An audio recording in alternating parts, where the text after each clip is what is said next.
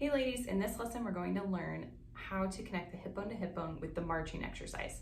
So I'm going to have you go ahead and lay on your back and bend your knees up.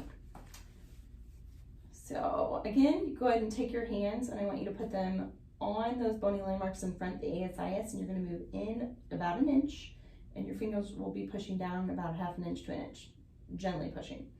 And that's where you're going to feel the muscle kick in when you connect that hip bone to hip bone. So the goal with this next exercise is to maintain a neutral pelvis, meaning if we put a level on your pelvis, we shouldn't see that level move. That fluid should stay nice and straight across.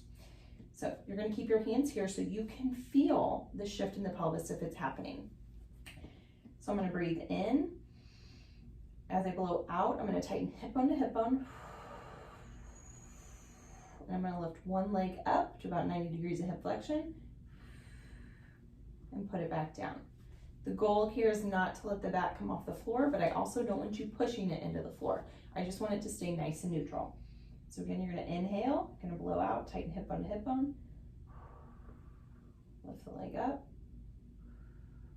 back down.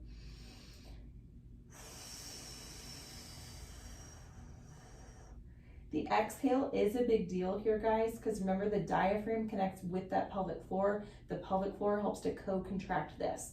If I don't breathe, I'm going to have a much more wobblier pelvis. We want that pelvis to stay neutral as possible. But again, the hip bone to hip bone contraction is gentle. So breathe in, exhale, tighten hip bone to hip bone, lift that leg.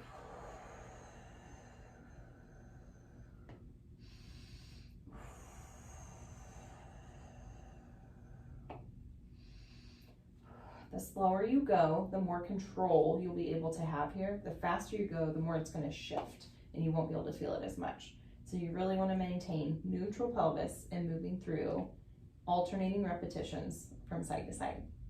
All right, give that a try.